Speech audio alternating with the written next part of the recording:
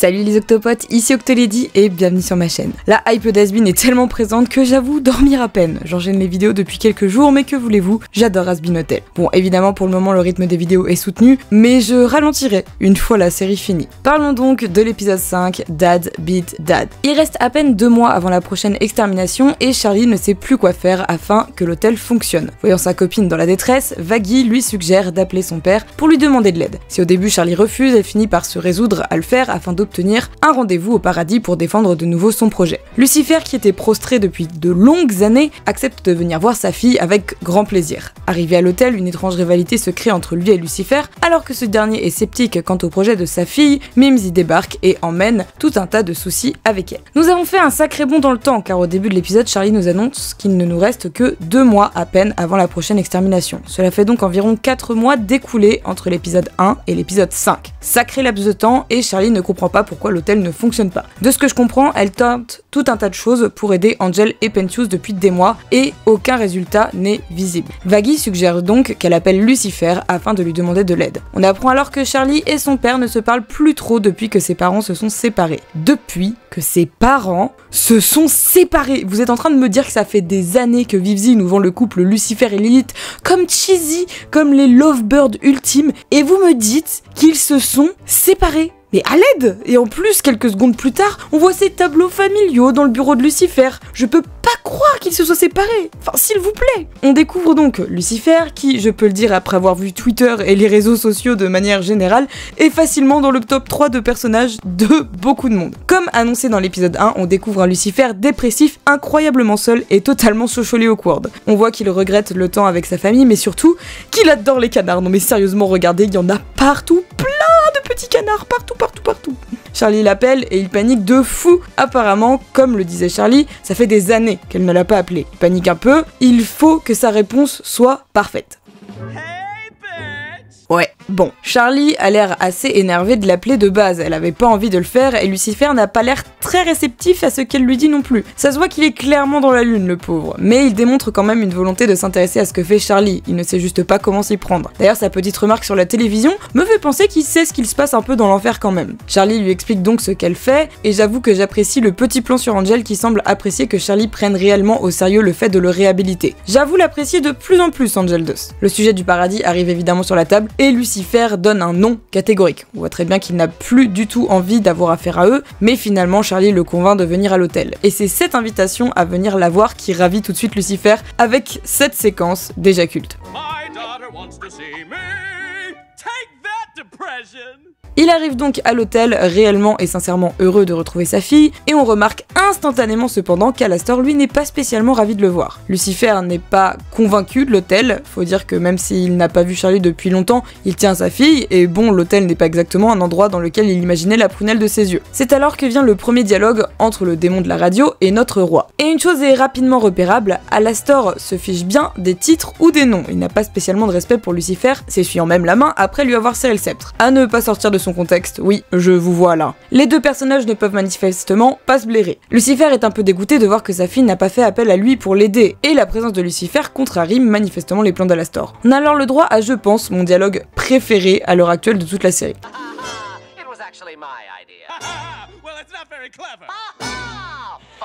C'est la toute première fois qu'on entend Alastor jurer, depuis le pilote. Et honnêtement, que ça soit en français ou en VO, je trouve que l'insulte est vraiment très personnelle.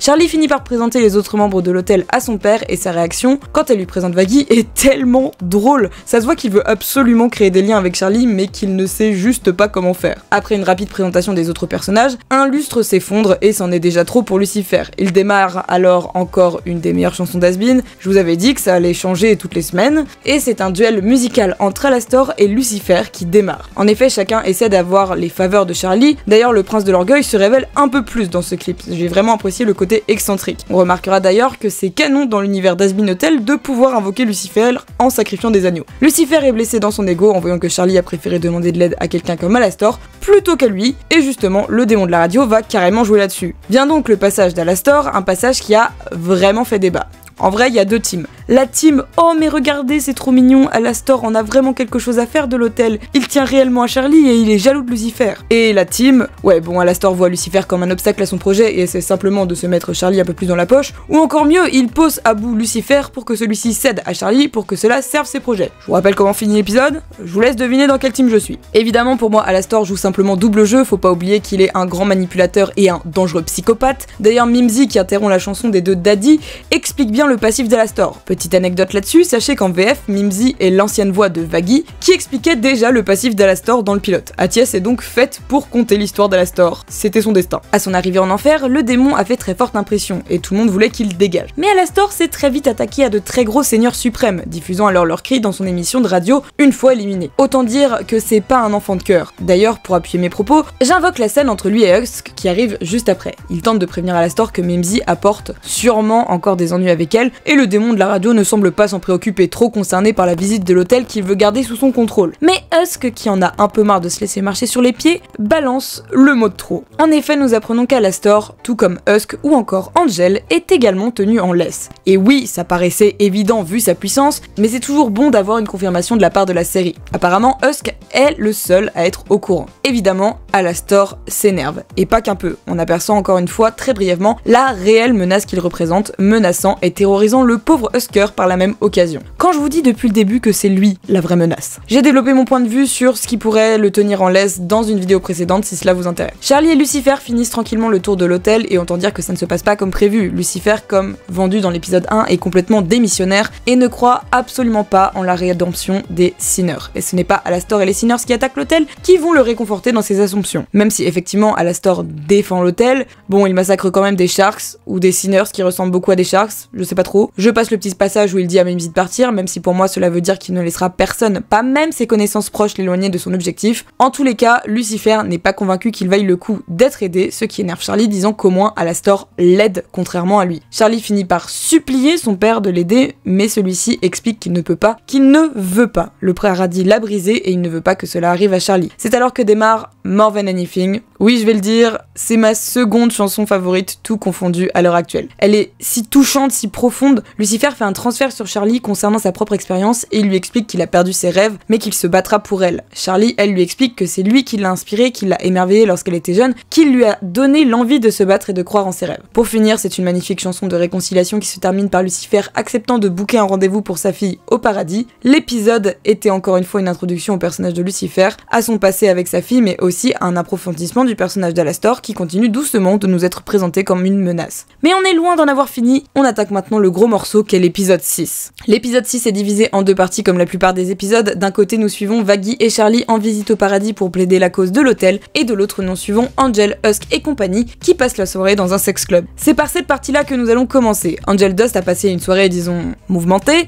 alors qu'il aimerait se reposer. Cherry Bomb, dont on avait presque oublié l'existence, débarque à l'hôtel, avec comme optique d'emmener Angel s'éclater et se détendre durant une soirée. Si celui-ci refuse poliment au début, Charlie, carrément enchanté par l'idée, demande à Cherry d'emmener tout le monde avec elle, moyennant finance bien sûr. Et là, quelque chose que j'avais à peine espéré, que dis-je, qui avait à peine effleuré mon esprit, se réalise. Oui mes amis, le Cherry Pentious est canon. Je m'y attendais pas du tout. Pentious aperçoit Cherry et si au début lui propose un combat, lorsqu'il apprend qu'ils vont en réalité tous sortir ensemble, il panique. Je vous jure, mais quand est-ce que ce personnage arrêtera d'être adorable? Quand il sera mort peut-être. Ouais. La petite bande se retrouve donc dans un bar nommé Consentement. J'aime la vibe que dégage le petit groupe maintenant. Pentious tente une première tentative auprès de Cherry, qui ne fait que le teaser un petit peu, mais finalement il panique et paie un coup à toute la boîte. De son côté, Angel part de ses journées de travail toujours plus éreintantes, mais Cherry coupe court au sujet. Elle propose à Angel un petit cacheton, histoire de passer une bonne soirée. Et là on commence à toucher du doigt le développement d'Angel. C'est cet épisode qui m'a clairement débloqué au niveau du personnage. Husk fait un petit commentaire au début, Angel refuse d'abord, disant qu'encore une fois il est claqué et que bon, ça l'intéresse pas plus que ça de se défoncer la tronche. On relèvera la nouvelle intervention de Pentious, qui se solde une fois de plus par un échec cuisant, le pauvre. Finalement, la petite bande décide de passer une soirée de détente, en buvant certes, mais soirée détente tout de même. Et c'est là que personnellement j'ai réellement commencé à apprécier Angel, notamment via son comportement envers Nifty. Il agit un peu comme un grand frère protecteur, l'empêche de trop boire, gère les petits problèmes qu'elle cause,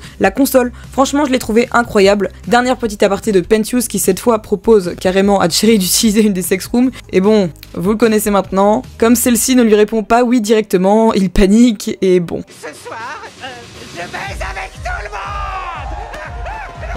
Pauvre Pensius. Sherry reproche à Angel tout au long de la soirée de ne pas savoir s'amuser, d'arrêter de faire le babysitter, et surtout lui disant que bon, y a pas besoin de bosser sur lui-même quoi. Et vous savez quoi? Tant mieux si Sherry a été là durant les moments compliqués, vraiment. Mais ça là, ce qu'elle fait dans l'épisode, c'est de la toxicité. Se moquer de son pote et lui reprocher d'essayer d'aller de l'avant et de vouloir changer, vraiment pas cool sérieux. Et de nouveau, Valentino fait son entrée. Faut dire que c'est le vice qu'on a le plus vu à l'heure actuelle. Velvet est apparu dans 2 épisodes, Vox dans seulement 1, quant à Val c'est déjà sa 3e apparition. Et quelle apparition! Sa tenue a inspiré tellement de monde sur Twitter, je vous jure. On retrouve un peu le côté goofy et plus bad bitch qu'il avait dans le second épisode, mais ce qui est important dans cette scène, c'est évidemment qu'Angel se soulève contre Val. On apprend également les limites de son contrat avec lui, où il peut lui faire tout ce qu'il veut, mais seulement au studio, ce qui explique pourquoi ça l'a tant énervé qu'Angel déménage au début de la saison. Angel s'énerve, dit à Val d'aller se faire foutre, et qu'il peut lui faire tout ce qu'il veut, mais pas toucher ses amis. Et honnêtement, j'étais fière de lui, la musique augmentait, la tension aussi, on était en train de nous set up une super rébellion pour Angel, mais c'était sans compter sur Val. Croire qu'il allait se laisser faire était une erreur. Sans le laisser finir, il frappe Angel et lui dit « Oui non mais c'est bien ta petite rébellion là, mais en attendant quand tu viendras bosser demain, bah je te le ferai payer. » Et c'est là toute la force du personnage de Valentino pour moi, il reste menaçant en toutes circonstances. Bon, sauf quand Nifty lui pique de la fourrure j'avoue. En tous les cas, Angel est fier de lui, Husk est fier de lui, et franchement on est tous fiers de lui. Angel évolue, grandit, apprend à s'aimer et à aimer les autres, et franchement niveau évolution du personnage c'est trop cool, et on en reparlera après, mais je suis d'autant plus attachée à lui dans la dernière chanson de l'épisode où on nous montre des extraits de sa soirée, appuyés par les paroles, ça m'a vraiment terminé. Suivons maintenant Charlie et Vaggie au paradis. Bon, une chose est sûre, le paradis, il t'éclate la rétine. On rencontre brièvement Saint-Pierre, qui, excusez-moi du peu, mais devait certainement faire les écoles primaires de son vivant, sérieusement, il n'y a pas moins rassurant sur Terre que son visage. Mais également Emily et Sarah, potentiellement des tantes de Charlie, j'imagine, vu qu'elles sont des séraphins également. Sur l'insupportable mais inoubliable chanson Welcome to Heaven, nous découvrons donc le paradis. Et je sais pas pour vous, mais il fait quand même bien vide, le paradis. Je sais pas ce que c'est les conditions d'admission, tu me diras, ils savent pas non plus, mais elles doivent être super strictes. Et oui, vous avez été des centaines à me le dire, oui, on voit Molly, et je suis à la fois super contente parce que bon, 3 ans avant on en avait déjà parlé sur la chaîne, et à la fois super triste car c'est l'option que j'aimais le moins, mais bon, au moins on sait pourquoi Angel veut monter au paradis. On croise de nouveau, vous le savez maintenant, le meilleur d'entre tous, Adam, et Lutte, sans son masque, également, qui est beaucoup trop belle, je l'avoue. Bon, évidemment, les deux sont pas super ravis de voir Charlie et Vaggie au paradis, et Adam voudrait tout de suite les en expulser, manquant presque de révéler au grand jour le secret de l'extermination. Oui, car apparemment, à part lui, Sarah et ses armées, personne n'est au courant au paradis que des milliers d'âmes se font exterminer chaque année. D'ailleurs, Sarah interrompt Adam et Lutte durant leur balade pour les réprimander. On apprend également à ce moment-là que c'est suite à la demande d'Adam, encore une fois, que l'extermination existe et que Sarah pense faire cela dans le but de protéger le paradis. Elle implique à Adam de régler le problème actuel, étant Charlie et Vaggie et leur projet de rédemption. Lui et Lutte débarquent donc dans la chambre d'hôtel de Vaggie et Charlie en l'absence de cette dernière, et bon, bah il la menace tout bonnement. Parce que oui, comme vous le savez maintenant, Vaggie était un exorciste, et pas n'importe laquelle, l'une des meilleures ayant exterminé des milliers de sinners à elle toute seule. Mais elle a été bannie et abandonnée en enfer car elle a osé épargner un enfant. Et v'là la tronche du bannissement, et vas-y qu'on te crève un œil, qu'on t'arrache les ailes à main nue, qu'on te pique ton auréole, c'est limite si on te crache pas dessus avant de t'abandonner. Non mais sérieusement, le paradis a de sérieux problèmes de bonté, non? Je veux dire, même les cherubs qui ont été bannis ont juste eu le droit à une lettre de licenciement quoi, et pour le coup, eux, ils avaient vraiment tué quelqu'un. D'ailleurs, ça choque personne que n'importe quel ange ou être céleste puisse être déchu, mais par contre, les sinners, eux, ne peuvent pas monter au ciel? Non? Parce qu'il faut que ça puisse marcher dans les deux sens aussi. Puis quand tu vois Adam et son comportement, sérieusement, il fonctionne comment le paradis? Eh ben c'est une bonne question, à laquelle même les plus hauts dignitaires du paradis ne semblent pas pouvoir répondre. Non parce que personne n'est foutu de savoir pourquoi telle ou telle âme peut venir ou non au paradis. Adam a l'air de savoir, mais évidemment n'en laisse que très peu paraître. Quant à Sarah, je sais pas vraiment quoi penser d'elle, elle a l'air de savoir autre chose qu'elle n'en sait rien. Je n'arrive pas à savoir si elle cache quelque chose, ou si justement elle cache le fait qu'elle ne sait rien du tout. Emily, quant à elle, est clairement la Charlie du paradis, et c'est en elle que Charlie trouve une alliée. Emily sera probablement celle qui l'aidera dans un futur proche, même si beaucoup de gens ont peur de la voir déchue très prochainement. La chanson You Don't Know est vraiment la plus Broadway-esque de toute la série, étant en réalité un énorme dialogue chanté. La reprise d'Alice Forever y est vraiment très cool, et tellement de choses s'y passent. Sarah et Emily confrontent leurs points de vue, la cour apprend de la bouche d'Adam pour l'extermination, d'ailleurs il y a 0 réprimande, Charlie apprend pour Vaggie, ce qui signifie probablement un froid entre les deux personnages, au moins dans le prochain épisode, et enfin Charlie et Vaggie sont renvoyés en enfer après un verdict plus que douteux de Sarah, qui a pourtant constaté qu'Angel progressait carrément. Ouais, la fin de l'épisode était assez incroyable. On va pas se mentir, il y a peu de chances d'avoir toutes les réponses à nos questions dans 2 épisodes de 24 minutes. J'ai bien peur que la fin de la saison nous laisse avec encore plus de questions alors qu'une saison 2 est actuellement en préparation. Je vous le dis, j'ai très peur pour ce qui arrive. Petit point bingo, et là on a des choses à dire. Vaggie était un ange exterminateur, Lucifer nous a évoqué sa chute à travers la chanson More Than Anything, et enfin Alastor devient un personnage, non seulement Husk par rapport au secret qu'il connaît, mais tout simplement la personne qui le tient également en laisse. 3 d'un coup. J'ai également coché 2 cases oranges car Lucifer est Osef du projet de Charlie au départ puis finalement décide de l'aider, et également l'évocation de Lilith par Adam car il faut un affrontement final avec Lucifer pour que la case soit verte. Le classement post-épisode a encore une fois bien changé avec une André en grande pompe de Lucifer et de ses épisodes qui ont littéralement tout raflé. Valentino se maintient au top malgré tout et belle performance de Vox qui est toujours là malgré sa seule apparition dans l'épisode 2 pour le moment. J'avoue que je suis un peu triste en enregistrant ces lignes car je me dis que quand vous verrez cette vidéo, la fin de la saison aura probablement déjà sonné. Encore merci à tous les membres de la communauté de la chaîne est en partie financée grâce à vous, un énorme merci. Si vous avez apprécié la vidéo, n'hésitez pas à laisser un petit pouce bleu, ça fait toujours plaisir, et ou à vous abonner si vous aimez mon travail, c'est la meilleure gratification qu'on puisse recevoir. Merci à vous d'être toujours plus nombreux, en tout cas on se retrouve très vite pour une prochaine vidéo, restez à l'écoute.